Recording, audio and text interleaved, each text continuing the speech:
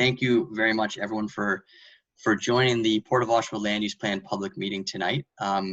We really wish we were able to do this meeting in the community in person. It's certainly the way we always prefer to engage, and same with the Hamilton Oshawa Port Authority.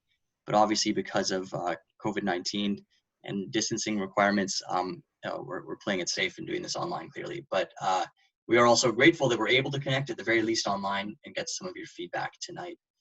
A quick note about the format tonight. We weren't sure how many people to expect. And so we had set this up as a panel discussion, which makes things on Zoom a little bit easier to manage in terms of questions and answers. A drawback is that people can only see the panelists, which is frustrating both for the panelists themselves and for the participants in the community. So a slight apology for that, because we sort of learned about how many people to expect just sort of today as we looked at the registrants, and realized it would have been better to make this a regular Zoom call where we could all see each other's faces for those who had their cameras on. But we didn't want to sow too much confusion by changing the link and the type of meeting at the last minute. So bear with us today while it is a kind of a formal panel layout.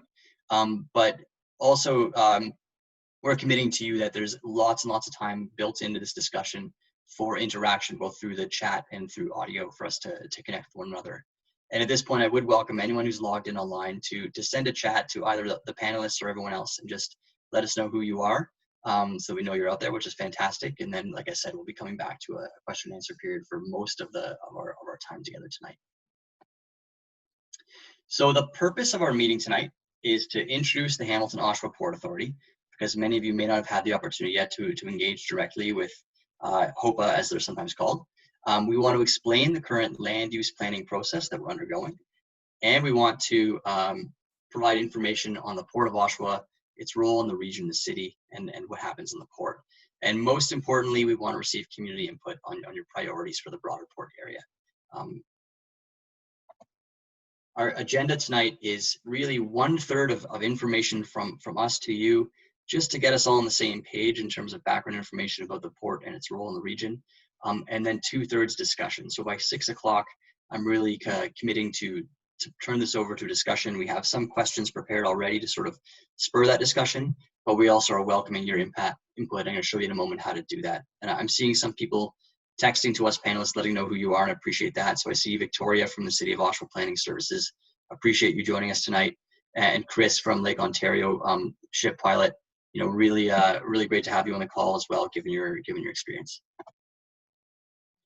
So how to engage in the discussion? There's two primary ways. One is to use the Zoom raise your hand function. So if you go to your participants icon and click on that, it should raise a comment or a box like you see here on the right hand of my screen, where you can click the raise hand. My colleague Michelle Rowland will be keeping track of who has raised their hands, and at the appropriate points we'll kind of call on people in turn. So we get people in the order they raise their hands. Bear with us in the front part of the meeting while we work through some of the presentation material, and we'll take some breaks at logical points. You can also always ask a question in the we can also always ask a question in the chat, and panelists can answer those as the meeting continues, either in writing, or we can come back to them later on. I'm just going to make my screen full screen here, if that helps people see the presentation a little bit better. Hope that looks a little bit better now. So at any point, please feel free to chat with the panelists, and we can either answer your questions in real time or return to them in the discussion period. Okay, so introducing ourselves, starting with the Hamilton Oshawa Port Authority, or HOPA. It's a government business enterprise overseeing the Great Lake ports of Hamilton and Oshawa. Tonight on our call, we have Ian Hamilton, the president and CEO of HOPA, Bill Fitzgerald, the Vice President of Operations, and Larissa Fenn, the Director of Public Affairs and the Corporate Secretary. They're all on the panel, as you can see right now. And you can also see Claudio Faria is also with us from HOPA. The Port of Oshawa is administered under the purview of the Canada Marine Act, or pardon me, the Port of Oshawa is administered by HOPA under the Canada Marine Act. It's really important to understand that the port's operations are not actually supported by tax dollars, and that all its activities, investments are actually funded by port activities and the tenants that are on the site. And HOPA actually has a very specific mandate for its ports, and that is really about facilitating trade for Canadian industry. including getting raw materials to domestic manufacturers, exporting Canadian products, and working efficiently to support Canadian competitiveness. So while we're talking tonight about probably a broader set of land use issues because of the fact that the port exists within a wider context, the port itself, its mandate is quite scoped with respect to Canadian industry. From Urban Strategies, I'm Josh Neubauer. I'm an urban planner by trade, and I'm a principal with the firm. And tonight I'll be your main facilitator. I'm joined by some colleagues, including Craig Lametti, who's an urban designer and a partner, Michelle Rowland, who's a planner and a project manager for this file, and she's the one helping us out with fielding questions as we go through. And Stephen Brophy, an urban designer, is working with us on this project as well. Urban Strategies is an urban planning and design firm. We're based in Toronto, but we work internationally. And we have a very broad range of experience, including regional planning, transportation planning, waterfront plans, brownfield employment plans, and every range of campus and development scenario you can think of in between those things. A real specialty, though, is combining sort of broader thinking about region building with urban planning and urban design into one process. For this specific project, we're engaged directly by HOPA to do the land use plan update. I'm just waiting for my slides to advance here. Just sort of a reminder, one last thing about housekeeping is before we continue, if people have recently joined, a reminder that this is being broadcast on Facebook Live to reach as many people as we can. And we are also recording this so we can post it online at a later time. So the land use plan update is a very specific kind of project for the port. It's something that's actually required by the Canada Marine Act for all the ports that are under its purview. And HOPA is required to have a current land use plan for the Oshawa port to guide the nature and character of development for a 10 to 15 year period. The last time a land use plan was completed was 2013, so we're due for a refresh of the plan. And there is a difference between a land use plan for the ports under the Canada Marine Act compared to what you might have seen in a municipal planning document or a regional planning document like an official plan or a zoning bylaw. Whereas those documents create requirements for lands that must be kind of adhered to, the land use plan is more of a strategic guide for investment and for future uses on the port. So it's not as set in stone, as so to speak, as you might be familiar with municipal planning documents. Again, just to sort of set the stage a little bit, these areas in red, outlined in red, are the current port lands. That includes both the inner harbor and portions of the outer harbor, which actually extend beyond the screen you can see here, as well as the West Port lands, which include the West Wharf, areas south of Harbor Road towards the water, a segment north of Harbor Road, a sliver of land extending east from Farewell Street, and these are the primary port lands, or the port lands in Oshawa. And you're all very familiar, I'm sure, with the surrounding community uses as well. The objectives of the plan, I've alluded to some of them already, are to outline a long-term vision for the port lands and principles for new development over time. It's also really about strategic land uses and the potential locations on the port. It's not like what you might have seen for a master plan. We're not planning specific amounts or places for development. It's not that specific. It's up a level in terms of the amount of detail we're providing. It's a little bit more general and very much a strategic guide. And an important aspect of this and why we're talking tonight is it has to talk about how the port transitions and relates to adjacent land uses, like in this case, the Lakeview Park and the Second Marsh, as well as the other uses in the area. And crucially, in terms of the Port Authority's mandate, is to really guide new investments over the next 10 to 15 years to make sure that it's supporting the economy and that the port is successful in and of itself, given that it has to support its own investments. This is a pretty scoped piece of work that we're undertaking, and Urban Strategies is really working with a three-phase kind of project, which began in August and will sort of culminate in a final plan either on end of November or shortly thereafter. We're currently in phase 1, which is a reconnaissance phase, where there were some community surveys put out by HOPA. We're collecting background information and doing some mapping and talking to stakeholders. We're undertaking this public open house, and then we're going to have a summary of our key findings, which will inform what we do in phase 2, which is producing the draft land use plan for HOPA and talking to some stakeholders about that. In phase 3, we'll pull it all together and report out with a more fulsome land use plan report, which will include some implementation and phasing strategies and a final report which will be issued.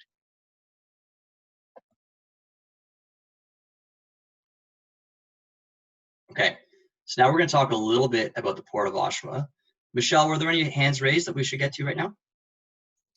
No hands raised at this time. Great. Okay. So we'll carry on for a bit. And like I said, we are devoting 2/3 of the meeting to really having discussion. So lots of chance to catch up if you have questions coming forward. So for the next few slides, I'll describe the role of the port both in the region and locally. The Port of Oshawa is part of the St. Lawrence Seaway shipping network, which connects the port not only to the Great Lakes region in Canada and the United States, southern and northern Ontario, and many parts of the United States, but also through the St. Lawrence Seaway to Quebec, the Maritimes, and out to the rest of the world. So it is a very crucial shipping location. This map shows both, here we are, the port is actually here, and this is an indication of relative kind of activity compared to other ports. Ports that do a lot of receiving have larger orange halves of the circle. Ports that ship a lot from their ports have a larger blue half of the circle. So you can see that the Port of Oshawa today is primarily for receiving, and it's about the mid-level in terms of volume of goods that it's receiving at the port. Whereas many of the other ports in the Great Lakes region around Lake Superior, you can see are primarily exporting ports, probably from single or relatively few users who have heavy products they need to get to market through the Great Lakes system. Whereas there's generally a better balance of receiving and shipping along the seaway through some of the active ports in that area. In terms of the Greater Toronto Hamilton area, or the GTHA, there are several ports in the area, but only 3 of them are actual ports governed by port authorities that are multi-user deep water ports. Many of the other ports have single users, whether that be a petroleum company or a cement company, and aren't governed by bodies that are looking out for a broader intention to support the economy and to really support other industries in the area. They tend to be the other ones tend to be single-use ports. What's interesting in the GTHA among the 3 sort of deep water multi-user ports with port authorities is that the City of Toronto has some considerable constraints in terms of land use and in terms of congestion, which really point to the increasing importance of the ports in Oshawa and the ports in Hamilton. And there's a real opportunity in particular to transport goods and get ports to these areas in Oshawa and Hamilton and avoid the congestion of downtown Toronto and the central GTA in a way that both benefits industries by avoiding that delay in time, but also benefits the region more broadly by removing some of the trucking volume on those Highway 407 and Highway 401 and the QEW by making better use of the port infrastructure we have and the full transportation system, including rail, water, and road, as well as airports. In terms of its role in the economy, here we are again in this plan circled in red. And the blue areas are employment lands. This is a really well strategically located port for the broader economy, given its location to existing rail lines, the 400 series highways and the highways that go north-south to connect the 407 and the 401. It's just very well positioned with respect to where employment firms are today and where the goods movement network is, and has a real big opportunity to support important industries for Durham region and the surrounding regions, including agribusiness, energy, environment, engineering, and advanced manufacturing. It can also play a really important role in attracting economic activity and jobs to the region, both not only on the site of the port, but also by enabling existing and future employment users to either receive or ship the goods that they need. And when you think of the fact that there's large areas of land that were once devoted to the automotive industry nearby, there's a real opportunity to make sure that the port can support future uses and high value uses on those sites going forward to support the economy and jobs in the region going forward. This is equally true for the agricultural producers in the region. As you all probably know, there's very low margins or small margins when you're talking about shipping things like grain. So it's really important for agricultural producers in Northumberland County and Durham region, Northumberland region and Durham region, to get their products to market as quickly as possible and avoid delays on roads or on rail, or whatever it may be. So having access to a port like the Port of Oshawa is really very important. And it's also important, again, back to that position in the St. Lawrence Seaway, to have a port that connect not only to the local markets, but also to international markets, including the EU and the UK, is a real potential boon for producers in the area. Transitioning a little bit to the policy level and how the port fits into that. This is a schedule about moving goods from the growth plan for the Greater Golden Horseshoe. As you can see, we are on the top right of this corner, and the growth plan identifies not only port infrastructure, but also airports and highway infrastructure, and has a lot of policy making sure that employment lands are well used and not underutilized, but also to make sure that the planning of employment lands aligns well with investments that have been made with key goods movement infrastructure, including ports, highways, and airports. What's also really important to recognize is that the Port of Oshawa is within what's called a provincially significant employment zone, which is a type of employment land that the province has deemed very important to preserve and to not introduce sensitive land uses that might kind of chip away at the integrity of that employment area, to make sure that it can continue operating as a successful employment zone for many years to come.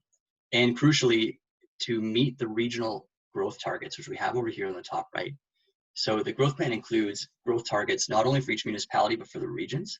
And in terms of population, the region of Durham is expected to grow from 697,000 to almost 1.3 million by 2051. And the employment population of Durham is expected to nearly double from 239,000 to 464,000 by 2051. There are two layers of official plans that affect the area. One is the regional official plan. And within the regional official plan, the port area is predominantly industrial, but is also designated waterfront area with some nearby living areas for the residential communities. At the layer of the City of Oshawa official plan, the areas in purple again are designated industrial, and there are also some green spaces designated and a special waterfront area indicated there as well. The city has had a vision for a general kind of transition over time of some of the western portions of the port away from some of the heavier port uses to a better interface with the community. And that's something certainly that is considered in the land use planning for the port. So getting to your local context here, before we were focusing on what's inside the red outlines, now we want to talk a little bit about what's outside the red area, which again is something you all know probably much better than we do. But just again, clicking through here, to the west of the port, we know is a really important regional amenity space in Lakeview Park and Lakeview Park Beach and Lake Woods Park further on. And the waterfront in general is just something that's really crucial for not only the surrounding communities, but for everyone in Oshawa and even potentially in Durham, a really, really important area. And, while some of this is actually within the port lands, we know that the pier and portions of the beach are very much experienced and part of the public's perception of the waterfront. And that's a really important part of this land use plan as well. Moving a little bit further north, at the edges of the port lands, certainly a lot of both green space and park space. The future Ed Broadbent Park is just north of the west harbor lands. The Oshawa Creek and its valley lands are also to the northwest. The former marina lands, which are were an important recreational space, and continue to be an important connective space potentially for the waterfront trail run through this portion, and the Lady Lad Harbor Trail as well, closer to the West Harbor lands down here.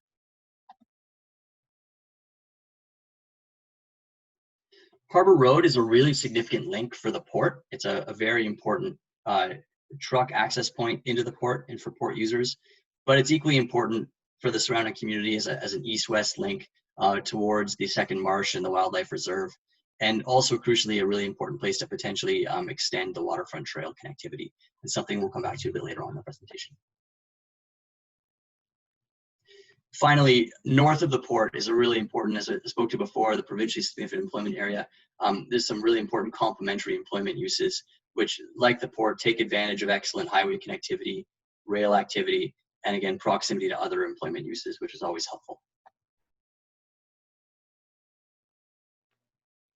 And to the east, the Second Marsh and the McLaughlin Bay Wildlife Reserve, we understand are very important in terms of both their environmental function and their recreational functions, and that people are very obviously concerned about their future and the need to have an appropriate relationship with that area. Okay, I'll move through this as quickly as I can to get to our discussion, but today the port has 155 acres of actual land lots and 509 acres of water lots, which are the inner and outer harbor. 11 port tenants and partners, and as I mentioned, it's got a 120-meter buffer from the second marsh to make sure that there's an appropriate relationship there. In terms of its impact, the port and its users create $6 million in taxes every year that support public finances. It has $260 million a year worth of cargo moving through the port. It supports 294 jobs, a mix of both direct jobs for marine cargo and 71 induced jobs more broadly in the region. And on any given year right now, there's 70 vessels moving through the port and carrying over 500,000 metric tons of cargo. So it's a really very important piece of economic and goods movement infrastructure for the region. The products moving through the port are varied and will probably continue to be even more varied, but they include things like salt, steel, sugar, asphalt, and grain. And it really is a very important transportation hub supporting the construction industries in the region. We are also seeing some specialized products coming through that support the energy sector, including portions of for wind energy, components like that are more related to advanced manufacturing. And the goods that go both into the port and out of the port relate to destinations all over the world, including the US, Mexico, the Middle East. And as I mentioned before, certainly grain exporters are interested in opening up markets in the EU. Any port requires a lot of upkeep and infrastructure to make it successful. And again, it's really important to recognize that any investments and upkeep have to come out of the revenue the port generates itself. Right now, the port estimates there's about $25 million in required infrastructure to make the port realize its potential. And that will be funded by revenue from new tenants. That's an important aspect to consider when we're talking about the future land uses.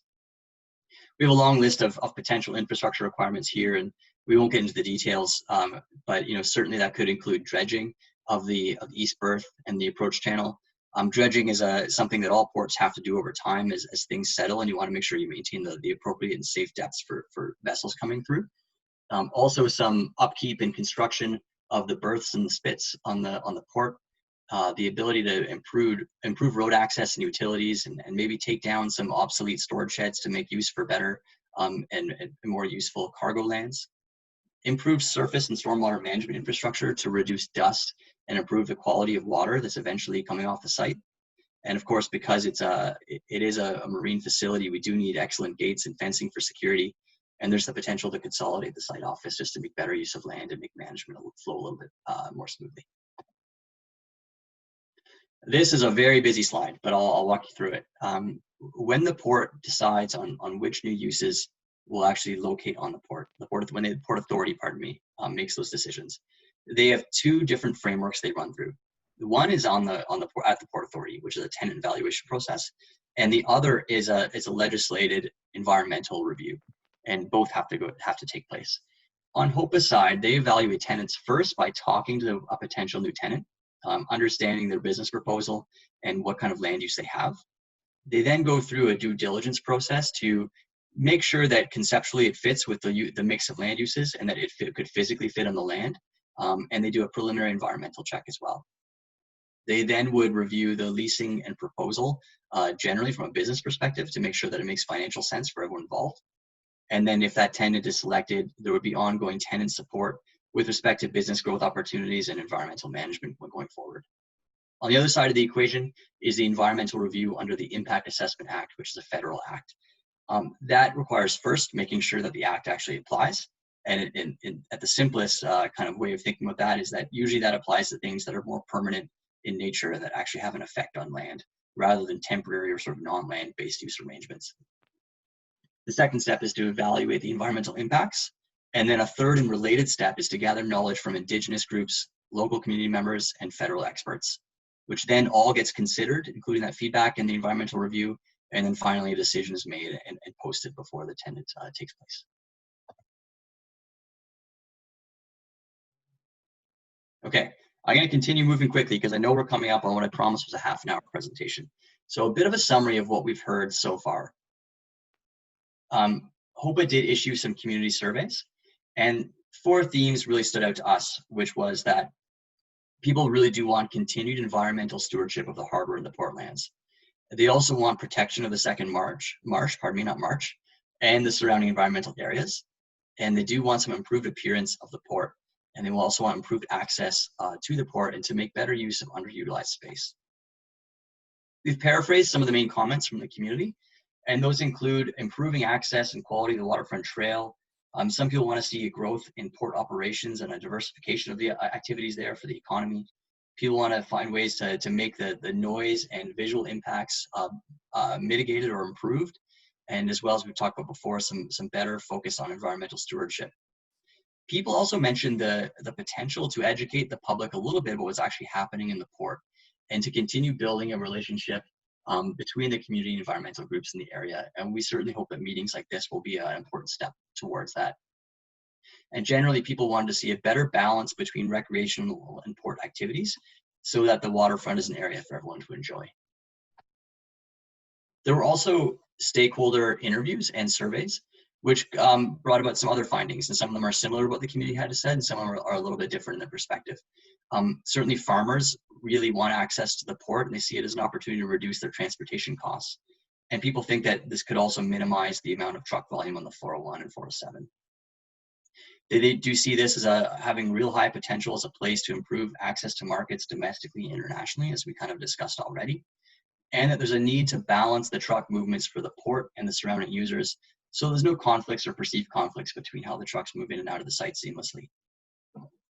The city of Oshawa and the region of Durham are really working to build the region as an investment attraction zone to bring businesses, bring jobs, and jobs that are of high value. And there certainly is a recognition that as the port evolves, the investments that made there can set some of the preconditions for some of that activity to take place in this part of Oshawa. Again, like the community said, many stakeholders said, there's an opportunity to really improve the image of the waterfront and the port as a whole.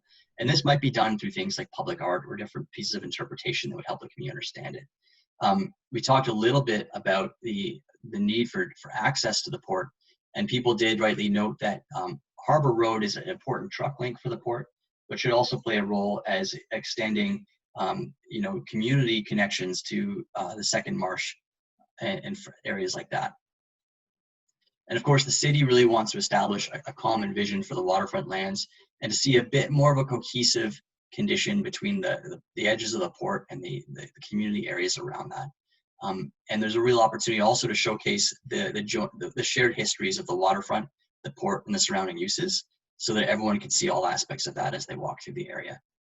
And of course, a really important point is the port should be a good neighbor to the second marsh. Pardon me, I keep saying marsh, but definitely an important aspect of this plan. Okay, so we did it right on time. It's 6 o'clock, and at this point, we're going to transition into our discussion. We've, again, I'll put this up as a reminder for how to engage, whether through raising your hand through the participants tab or going straight to the chat. And in a moment, we'll get straight to that.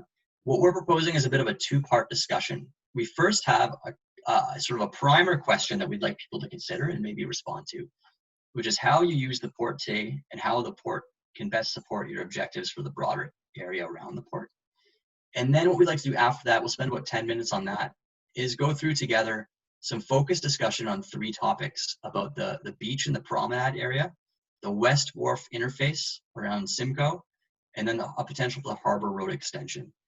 And these by no means need to be the only topics we cover, but we think there's a lot of discussion we could have about those. So we have some images and some questions prepared to help with that. But let's begin now for the next 10 minutes or so by opening up for discussion with questions you may have. And in particular, if you could let us know, who you are and how you use the port today and how you hope the port can help you realize your objectives for the broader area. You can also post your question to the chat if you prefer. Otherwise, raising your hand is a great way, and Michelle can make sure your mute is turned off and you're able to share your question with the whole group.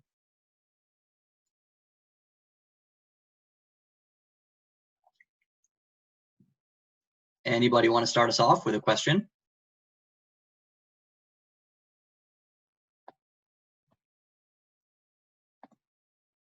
Michelle, any hands raised so far? No hands raised so far. All right, no questions so far, and that's totally fine. Does anybody want to share how they use the port today? I see Brian Nicholson has raised his hand.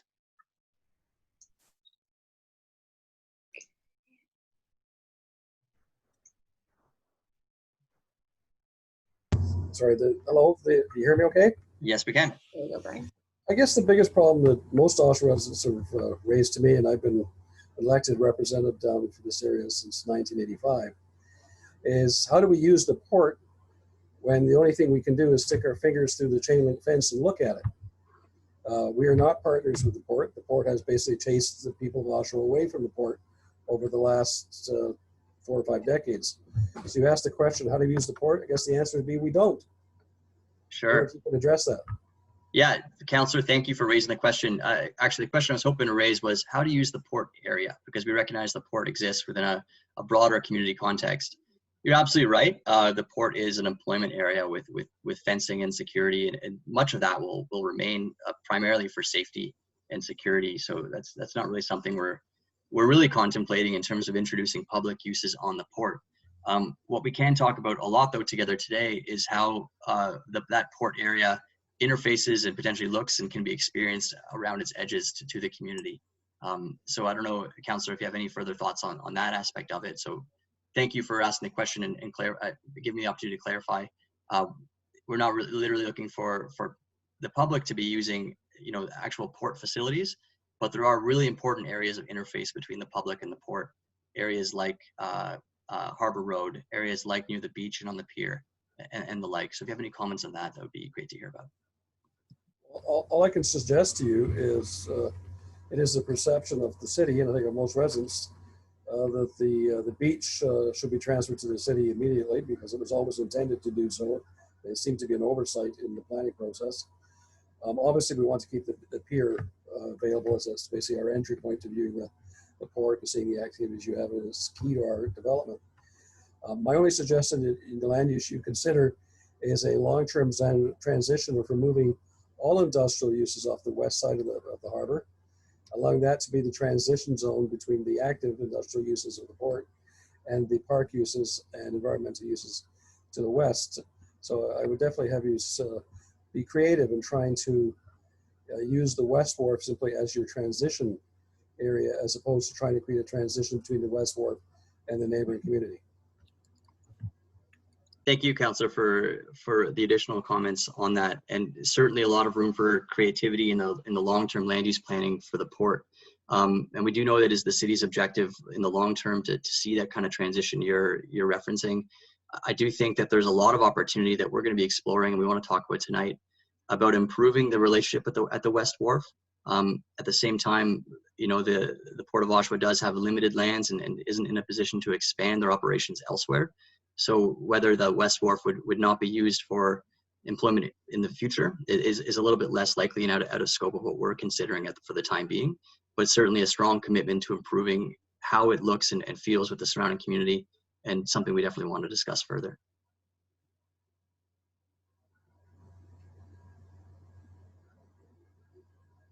Any other comments? Sorry. There's a comment from Fred, my apologies, Easmont. Fred would like to know, he's recently retired from Metroland Media, longtime resident of Oshawa. He's interested to know what type of tenants is HOPA trying to attract that would be a benefit to Oshawa citizens? Great question, Fred. And maybe I would ask either Larissa or Ian, if you don't mind, answering this question for what you have in mind today, because it's a really, I think, critical question. Thanks, it's Ian Hamilton here. The tenants that we really look for are tenants that take advantage of the transportation assets, in particular, of course, the marine assets. So companies that are utilizing them for supply chain purposes. So our biggest objective is to facilitate trade and create jobs. So it's companies that can either support manufacturing or allow manufacturers to get their goods to international markets. So it's really the ones who generally want to use the ports to create economic prosperity. Fred, does that help you understand a little bit? I think it's it's an open-ended I think question at this point, and I think there's a I think the Port Authority is open to opportunities, but it's something we're definitely thinking about in this plan for sure. But not something, as I mentioned before, that is going to be pinned down specifically in the land use plan. Again, this is sort of a flexible guide rather than a master plan that's going to really define parcel by parcel what might take place in the port. Yes, thanks. All right, Bart, I see he has raised his hand too.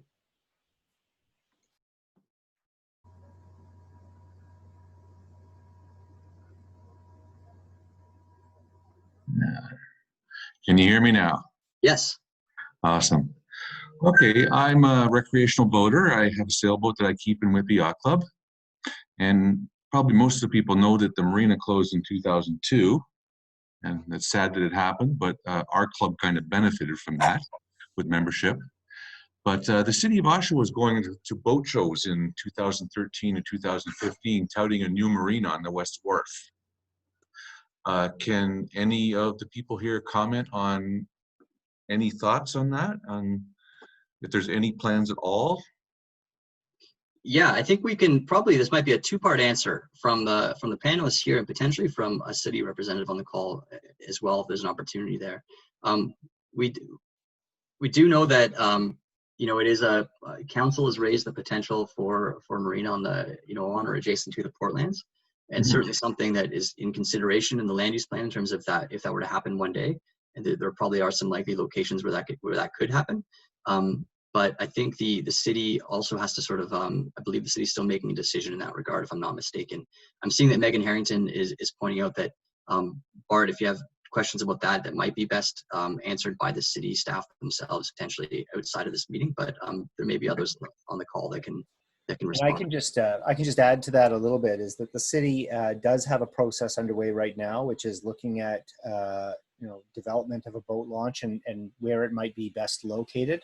That is intended to be presented to council in October, and it's our understanding, certainly from some of the initial stakeholder interviews, that there are a number of sites that are being considered with that regard.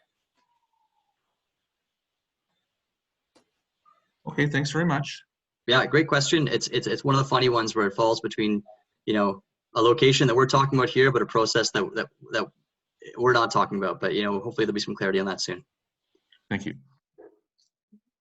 Next up, looks like John, you've got your hand raised. You might just have to unmute yourself.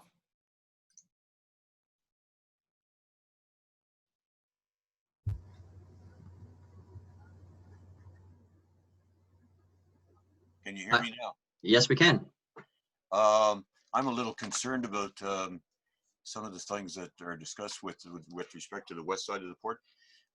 As far as I'm concerned, you don't have enough land down there to do any expansion if you blow off the west side of the port for residential or transitional purposes. Sure. I would like to see some low-rise work or industrial areas that are directly associated with the harbor, as was done in the past.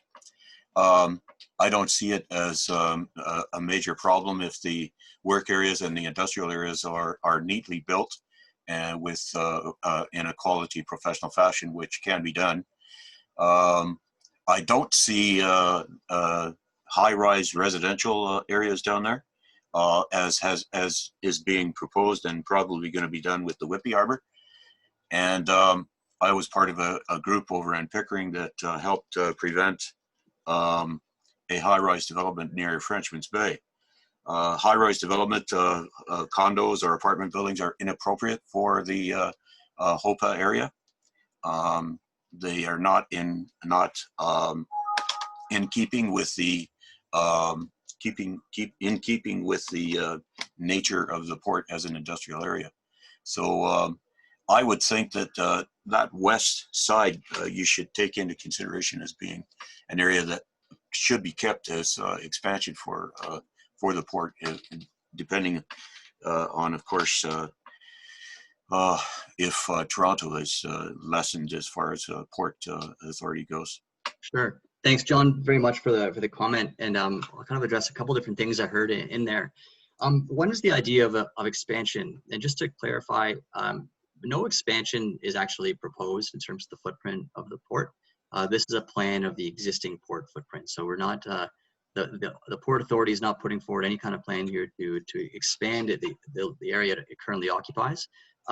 With respect to residential uses, I think that the Port Authority shares your view and certainly are kind of bound by provincial policy that limits what's taking place to employment uses. And appreciate your comment about well-built or designed employment areas. And I think that's a really important objective for us to consider and to be discussing tonight a little bit, because we do think there's a bit of probably some community concern about how the look of the port on the West Wharf has been for several years.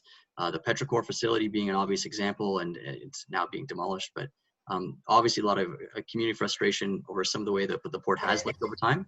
And then maybe there's an opportunity. Come on, sweetheart. Corollary to that comment I made, if you keep that west side there, it does give you a tiny bit of room to expand the port. Maybe you could put the HOPA office on that side of the port. Yeah, John, it's a great point. It currently is HOPA land. It's something they use. It's used currently for primarily steel operations and storage. Its future use is something to be determined, but definitely something where it wants to be a use that's better aligned with what's around it.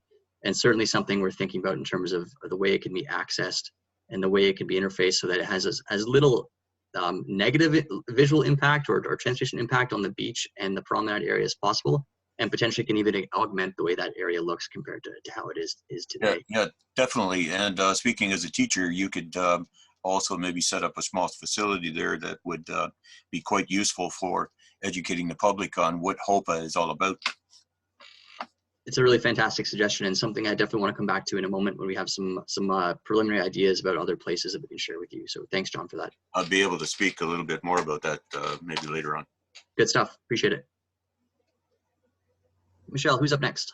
Okay, looks like we've got Stacy next. You just have to, if you're unmuted, then you can go ahead. Hi, hopefully everyone can hear me. Yep. So I'm with the Region of Durham's Economic Development and Tourism Division, and I oversee our agriculture portfolio. So obviously very interested in the grain terminal portion of the port, as well as recognizing that there are immense opportunities here for our local agricultural sector. But we have received quite a bit of feedback about some of the challenges, including trucks accessing the port, long wait times for the vessels that have gone out, as well as storage, and I guess the need for more storage. So I don't know if I necessarily have a question here, but just wanted to make a comment and just ensure that that's going to be a focus for the port going forward to make sure that some of those issues will be addressed. Thank you very much, Stacy, for joining us and for raising those comments, because that's exactly what we've heard from agricultural stakeholders so far who've raised exactly those issues of, sometimes there's truck queuing, which eats into time and creates cost. People talking about storage and other impacts like that. I don't know if Ian or Larissa want to comment further, but Stacy, just to say outright that definitely that's feedback we've received and something that the board's taking really seriously in its future thinking about what investments to make and what users to try to attract. Ian, do you have anything to add to that about the agricultural users? Yes, Stacy, thanks for your comment. And we think that one of the key areas for us to focus on in the coming years is supporting the agricultural community of Durham. Specifically, we believe that we can really improve the egress and ingress off of Farewell Street with the use of the Harbor Road extension to provide better, more fluid truck routes, and it'll hopefully reduce some of the congestion that could occur on the road. But we take on board your comments, and I think that if we can create the right ingress and egress, and we can improve the truck flows through there, we could easily justify doubling the size of the grain handling capacity that exists there today. That's great to hear. Thank you so much. Also, just another reminder that we really wish we could all see each other's faces in this conversation, and we apologize again we went for a format that was better suited to a larger group, but we do appreciate everyone taking time with us and writing in the chat and sharing your voices with us at the very least. And if we ever have the opportunity down the road, we do hope it's either in person or at least with everyone's cameras on so we can see each other. Anyhow, let's go to the next question if there is one. No more hands raised right now, but if anyone has any questions, feel free to raise your hand or write something in the chat. Okay, maybe I'll take this opportunity then to go to our next kind of part of the conversation, which we're kind of hoping to bring everyone into across a few different themes. And this is not meant to stop any of the general questions any of you may have on any questions on any subjects. Feel free to continue raising your hand or putting things in the chat that you'd like addressed. But we just think there's three really interesting parts of this discussion that we can talk about as it relates to the port's interface with the broader area. So that's the beach and the promenade area, the West Wharf interface, and the Harbor Road extension. And for each of these kind of topics, these three topics, we have a kind of a condition and a question, and then we have some suggestions that come after it about what we've seen in other places. And then we'd like to come back to the question to see what you think of some of those ideas. So the beach and the promenade today, again, a really important area for the local community, for the broader region. It's got a larger catchment. I imagine during COVID in particular, it must have been busy times on the beach this summer as people were a little bit more local. But they have a really direct interface with some port uses that people have mentioned already on this call.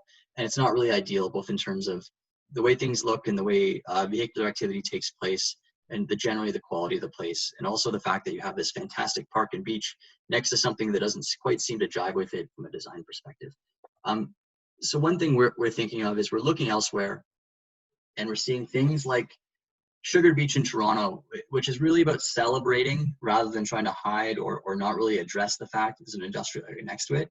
This may not be everybody's cup of tea, but it's one example of where you can actually, use what's around you and just make it more obvious and better understood and celebrate it rather than turn your back to it. And we think there might be an opportunity here as well.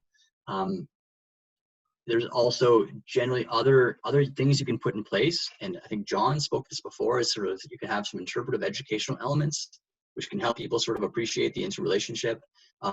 We've all seen these in big tourist places around the world, but we are on a waterfront with shipping activity, so maybe there's something like the binoculars you can use to get a better view of something, and little things like what we call in the kind of planning design world wayfinding, which just helps you understand where are you in relation to other things, how far and in what direction is something else, how do you get to the waterfront trail, how do you get to the washrooms, how do you get to other places, and all that stuff can just help with that kind of interface. And finally, really literally enhancing the actual seam between the port and the public uses by improving the quality and the character of the place. Here's an example from Beachfront Park in Pickering, for instance, with washroom facilities, nice wide sidewalks, good high quality pavement and lighting, with views to the industrial uses and some planted buffers to keep some things out of view. So a lot of this sort of design and activity that can go into a place that make that feel a little bit more comfortable and a better fit. So this is specifically, again, about the beach and promenade area. I'll just return to the question we had above and see if any of these images resonate with any of you, and if you have any other ideas that you might want to share.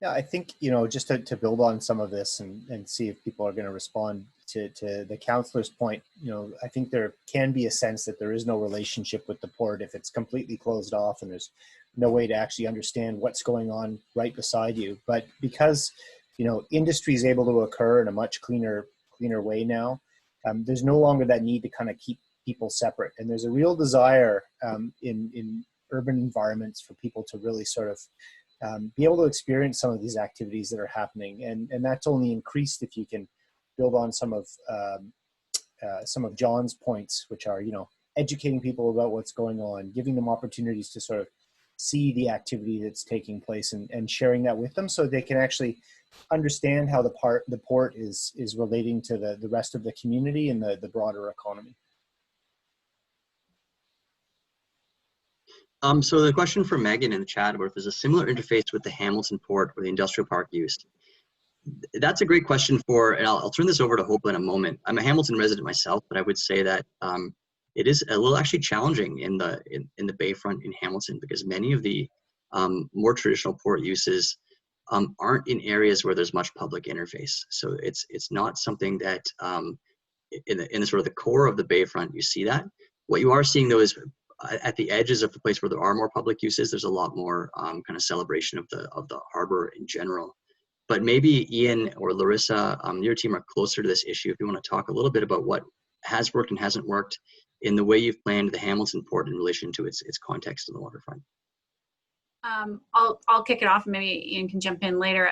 I'll say that what Josh was referring to earlier about celebrating as opposed to hiding our industrial heritage. Hamilton, like Oshawa, is a very, and has a long industrial history, and carries that as part of its identity as a city. And so where there are opportunities, taking into account the security requirements, we really do look for those places where people can get a good vantage point of the big vessels coming in, of industrial operations. There are a few of those places in the Hamilton Harbor that exist naturally, just because of the way that spaces are adjacent to one another. But there are also interventions that we've been able to take to help people get a little closer. So in one case, we have installed a lookout platform that gets you up and a good vantage point over our dry dock facility in Hamilton, and that's one way to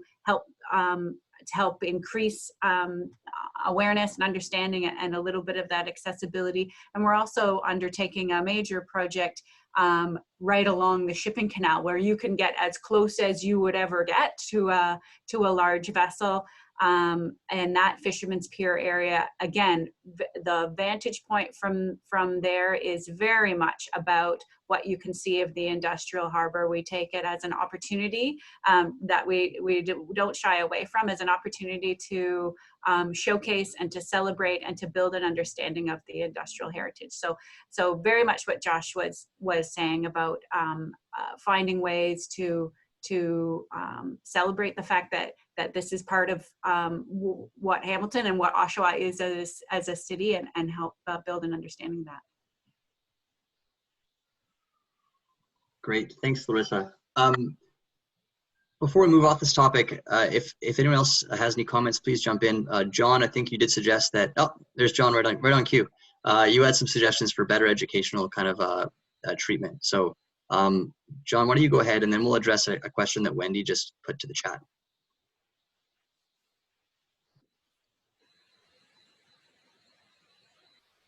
John, you're just going to have to unmute yourself. Okay, can you hear me now? Yep. Okay, I see a golden opportunity to maybe establish an industrial trail around this area where people could go on the trail. Maybe classrooms with their teachers could go around here and actually have an interpreter from HOPA interpreting the industrial area to students. You might want to also interface with the Durham District School Board and the Durham Catholic District School Board here in Durham Region. Might be a couple of ideas that you might want to pursue. And in any educational facility that you might include with a HOPA office, or maybe even a HOPA museum, you might wish to have a classroom or two where students could come with their teachers and have presentations done to them for educational purposes.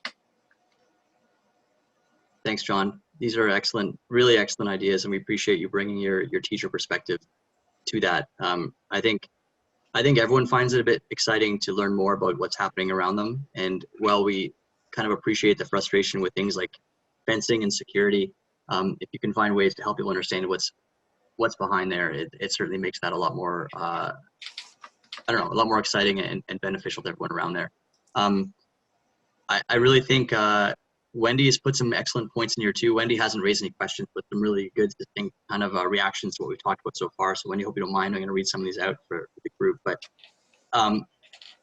Wendy's really said one point that I think is really interesting is more information, especially about the ship in port, cargo, origin and destination. I think that would be something. Imagine being on the pier or on the beach and knowing what the name of the ship is that just came in, where it came from, and all that stuff could be really fun and interesting. Info that might be able to be shared. I don't know if that happens elsewhere. It's something exciting to imagine anyhow, and thanks for raising that. Wendy's not a fan of umbrellas, and that's totally fine. We weren't pitching the umbrella idea, but we appreciate you weighing in. Binoculars, I'm glad you like the idea. And Wendy expressed surprise that she didn't know the beach and promenade were part of those were owned by the port. And we expect that that's a common reaction to this when people learn it, primarily because of the way people experience the beach and the pier, which fortunately today, despite the different ownership between public and port, I think is experienced as a unified whole. And you know, I absolutely port, I believe, is committing to that on an ongoing basis. And now it's just a matter of making it even better in a way that works for the port and the community. Josh, if I can just jump in for a second in response to one of Wendy's points. If you go to our website now, you can actually go to, we have a vessel tracker there for the Port of Oshawa. So you can see what the ships that are in harbor and their next port of call and the name of the vessel and that sort of thing. So we're building a new website and we hope to be able to enhance that feature a little bit, but you can get that information now. So if you're down there and you see a big vessel and you wanted to know some information about it, you can look that up on your phone. Yeah, thanks, Wendy, for writing. Okay, so why don't we keep moving a little bit? We'll go to the next theme. They're all along the general theme of improving the port and community interface. But let's move over to the West Wharf in general. So this is up along Simcoe versus down at the beach. This is the existing condition today that you can see with the fencing and some of the steel storage on the site. This is a view from the sky, I believe, looking west towards Lakeview Park from the West Wharf. And the question to us is, how could that interface between these places be improved? And again, just to prime the conversation with some ideas, if you look at, forgive the typo here, I wrote beachfront, I meant to write beachfront park in Pickering. You can use some buffering strategies, both for noise and visual buffers and security buffers combined with planting in certain places where you really need to really kind of shield noise and visual impacts. There's other ways to more celebrate and animate places with art. In the West Toronto Rail Path in Toronto is an example. The Collective Arts Brewery in Hamilton is right at the edge of the kind of active industrial area and has created, really vibrant, decorated artistic space right in the waterfront in the employment area, which has some exciting aspects to it. Likewise, Granville Island of Vancouver, which is the area around it, has changed really significantly, but the remaining employment kind of features are celebrated and decorated. So there's some real opportunities there too.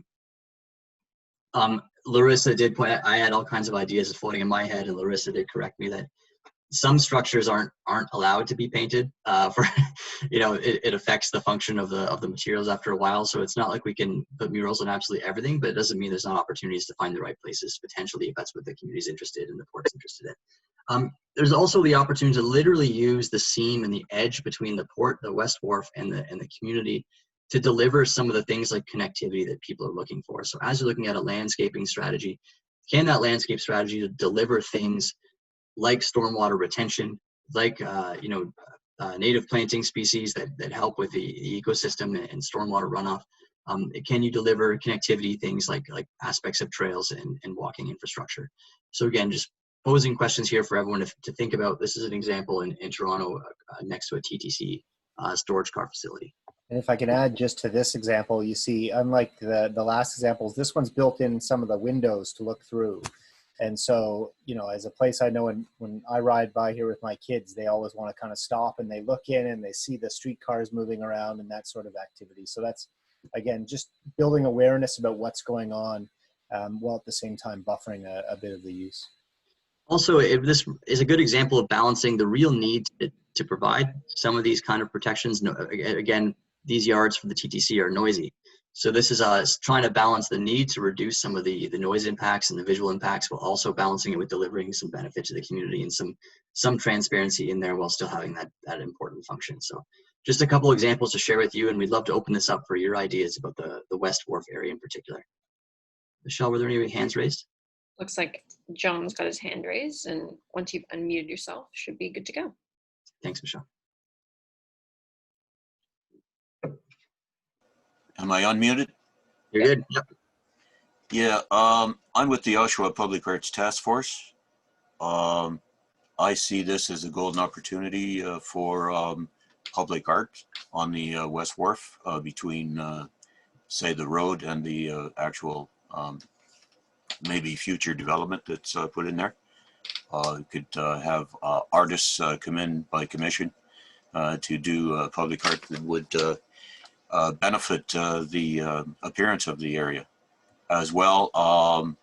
I'm on the Durham Region Field Naturalists, and I can see some of my fellow naturalists would want to maybe go down there and maybe have a couple of access points to the harbor to maybe do some birding. And you could have a trail set up to join those access points with, say a trail going down between the West Wharf and the road, or maybe even an industrial trail going down through there. Those are just a few of the ideas. Thanks, John. Those are, again, really excellent ideas, and we really appreciate you spending the time tonight, because these are, you're really thinking this through. We appreciate that. Definitely good to hear about the, the birders in the area, the folks that have a diversity of kind of objectives in place. Some people want to use the port area in one way, and others want to use it in other really specific ways. And there's probably ways to meet all those objectives with specific interventions that kind of can please all users, we hope. I saw a couple other hands raised. Looks like we got Councillor Nicholson. Councillor, please. Yes, I'm just wondering if you've had the opportunity to review the waterfront master plan and how it ties in with your future land use planning. Yeah, thanks, Councillor. We have looked at it, and we've spoken to some officials at the city as well, and it's something we'll continue to look at as we go through. But certainly something that I think we need to pay even closer attention to as we're planning these things, and especially as we kind of consider building on some of the ideas we're hearing from folks like those that are sharing with us tonight. Were there any aspects of it in particular that you wanted us to talk about this evening? Well, just the thing I was more concerned about is in looking at most of these designs, we see a screen or barrier or noise barrier, which appears to be on the industrial lands, but all the remediation and trails seem to be on city lands. So obviously there has to be a great depth of cooperation between the two visions to make them drive together. We don't want those who walk on the trail for recreation in conflict with those who walk on the trail to look at industrial uses. So we have to look at the way of melding the two visions together to reflect the fact there is trails down there now. They're just not on the industrial lands. So I just wanted to, as you go through into your planning, I wanted you to take a long look at how we can meld your concepts with the existing or planned concepts on the city and land directly adjacent. The second point I wonder is to commend the ideas that John put through, which is the idea of using structure, either in administrative buildings, other services, other options as a natural screen rather than a fence, because obviously if we can use land on the west side for uses that are compatible or more compatible with the city-owned lands around it, that will also free up an awful lot of space for you on the east side. So I just would like to see, when you bring your plans forward, some concepts of just how that can work. Great. Councillor, thank you again. You raised two really important points and ones that we'll continue thinking about. The idea of integration with the local planning and objectives is, I think, really fundamental. This land use plan won't probably get to the level of detail of designing specifically the interventions or the improvements at the edge, but it's certainly something that will be in the report about the ongoing objectives. And I think a huge theme in that is going to be the integration of the municipal plans with the port plans in terms of how they interface with each other, and trying to create a place that is more cohesive. You did raise the question of whether things land on public land or on port land. Again, that's a level of detail we have to come back to, but please don't take the images we're showing tonight as proposals at all. These are just some precedents, so we don't mean to cause alarm in that regard, and that's something that we have to think on about how things act. But it's a terrific point about integration and the importance. And the last thing I think we'd want to propose in this is that the Port Authority go forward with a set of design assumptions or intentions that don't sit well into what the perspective is and the long-term thing is proposed for the waterfront, because we do really respect that the city and the region have put considerable time and resources and public time into sort of setting that vision, and this should absolutely be something proper. To your and John's point about structures doing the screening, it's a terrific opportunity as well, and I think one the port take into account. Also, just balancing that with the recognizing the need that as a port facility, there are legally required security requirements for port uses that just simply have to happen with marine uses of this kind. So we'll just have to find the right balance of fencing design and security design. And again, that's a really high level detail that won't take place through the land use planning process, but will be something that we'll capture in our report about the objectives going forward, which is to find an appropriate balance between security and public understanding of the sites. And again, thank you, Councillor, and two really, really good points. Oh, I hear that the sound quality is breaking up. Is it okay now? Much better. Thanks. Someone said I sounded like a robot, so apologize for that. I hope you could understand what I said. Oh, you're very loud and clear. Okay, great. All right, so Michelle, who's up next? Looks like we've got Fred up next with a question. Yes, can you hear me okay? Perfectly. Okay, great. I was trying to type this out, but my fat fingers don't work too quick. So, in the earlier presentation, this may be something that Councillor Nicholson can touch upon, but it referenced the city of Oshawa and the region of Durham were working together for future, I think the term was opportunity zones. So,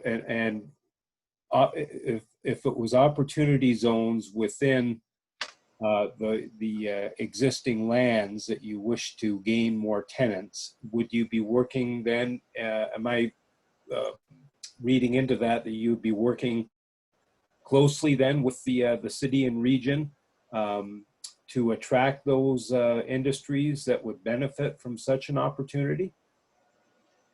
That's a fantastic question, Fred. And I'm going to ask either Ian or Larissa to describe the process of the sort of strategic alignment of the port with the region and the city. Thanks, Fred. It's Ian here. One of our biggest assets in Hamilton has been our relationship with the economic development team at the city of Hamilton, and working in concert to attract the right businesses that create jobs and take advantage of the natural assets that we have. And we would hope to duplicate that with Oshawa. And certainly our one year on the job now, and a little bit more than 1 year on the job now, we feel that the relationship with Oshawa is off to a great start, and see no reason why we can't collaboratively attract new businesses to the region.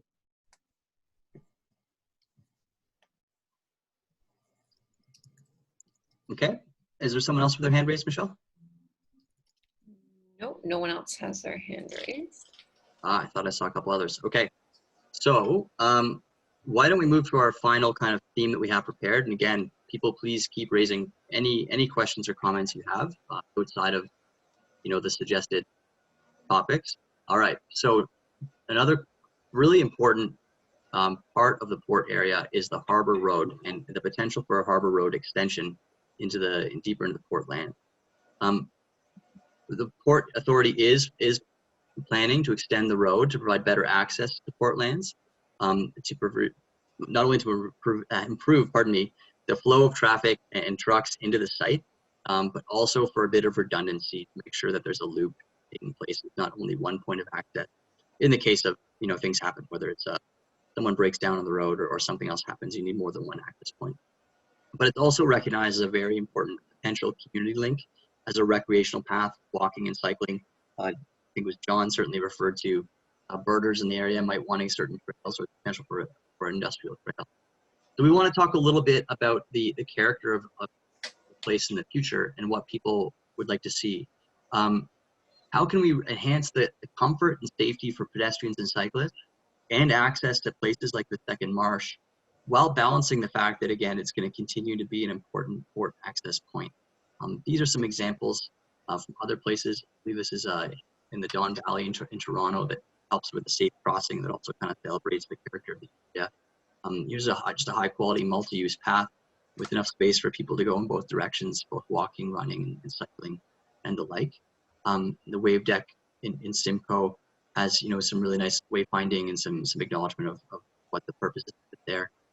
Oh, pardon me, that was our only suggestion there, but maybe we'll just go back to that image and just talk with all of you about what you would like to see in a potential extension of Harbor Road, as well as maybe the improvement of the existing Harbor Road in terms of meeting the objectives you.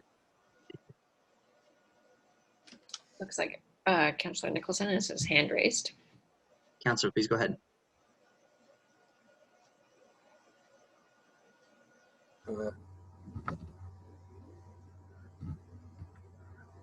Can you hear me? Yes, I can. I had not raised my hand. I might have hit the button by accident. But just the point I would put to you again is, again, that we need to come with a comprehensive vision that serves both the community and the port's needs. I won't comment much further because the matter is under litigation between the two parties at this point. But I only recommend that as long as we continue to cooperate and discuss, I think we can find solutions. Okay. Thank you, Councillor.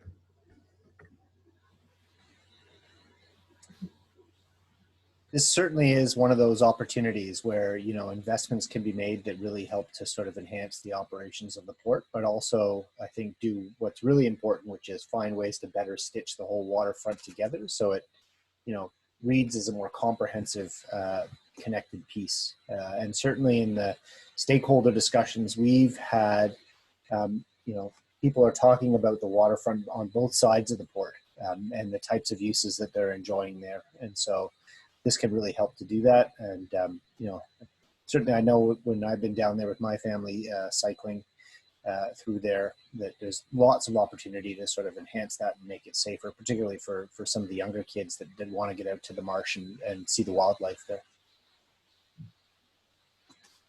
And I'll just comment on Councillor Nicholson, and as much as any things are possible, it's really friendly litigation at this stage, but we are, as the Port Authority, 100% committed to finding a mutually acceptable solution for the marriage between the industrial access and a safe, pleasant pedestrian path as well. Great. Looks like we've got John back with some more ideas. John, go ahead. Yeah, am I unmuted? You're good to go. Yeah, okay. The road looks like it's got a pretty good allowance on either side of the road. I think the road should be extended. It's a good idea. But also for safety reasons, you might wish to separate the bicyclists and pedestrians more inland on either side of the road. And it looks like you've got some unnatural tree plantings along the road. I would suggest that you put some native plantings along there, such as sugar maple, Freeman maple, or locust. And when you're extending the road to the marsh, interface naturally with the trail that goes down that one side of the marsh there, and have a parking area where people could park and maybe access that trail. Those are some suggestions I can think of right off the top of my head, both as a graduate landscape person and also being interested in seeing multi-uses of the road. If the road is just a little bit wider, it might also be safer for trucks, traffic going in and out of the industrial area too. The road looks kind of narrow, so if you widened it just a tiny bit, would increase the safety for trucking going in and out too.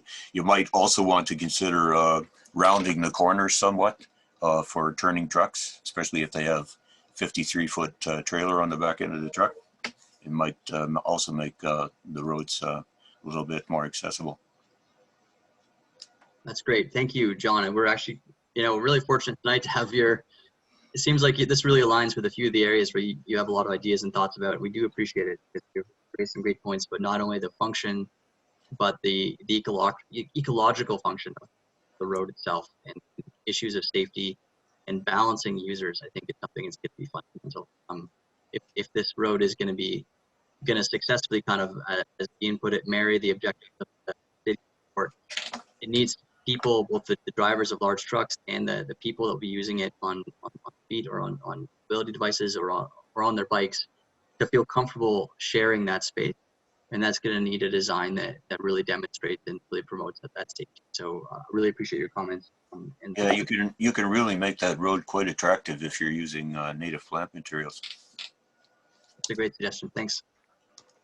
I also want to acknowledge, I know from some of the discussions we've had with city stakeholders that there are questions about, where is the right place to kind of make those connections across to the marsh, whether it be, right aligned with this, or whether there's opportunities to take sort of other connections east across from Farewell Street to the marsh as well.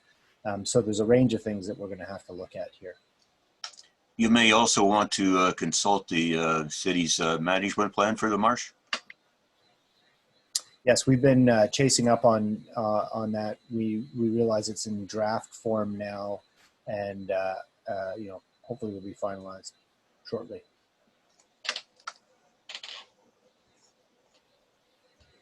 Anybody else have a question related to this or any other aspect of what we're talking about tonight? We're coming up on about 10 minutes left, and really do want to make sure we cover questions people have or any comments you have as well, or welcoming the ideas too. Lots of great ideas tonight.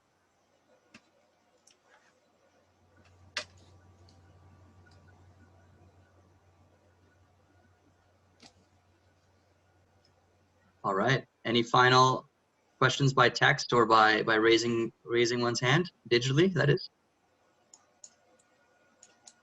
All right, John.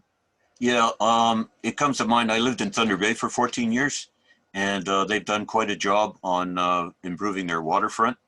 You may wish to consult, HOPA may wish to consult with the Thunder Bay Port Authority on what they're up to with their waterfront, and what they've done along the Water Street there, and along with the grain elevators and some of the old grain elevators that have been torn down, and what they've done with the sites and stuff like that.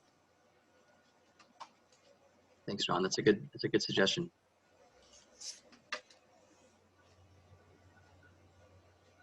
Anybody else with anything they'd like to share or ask of the panel?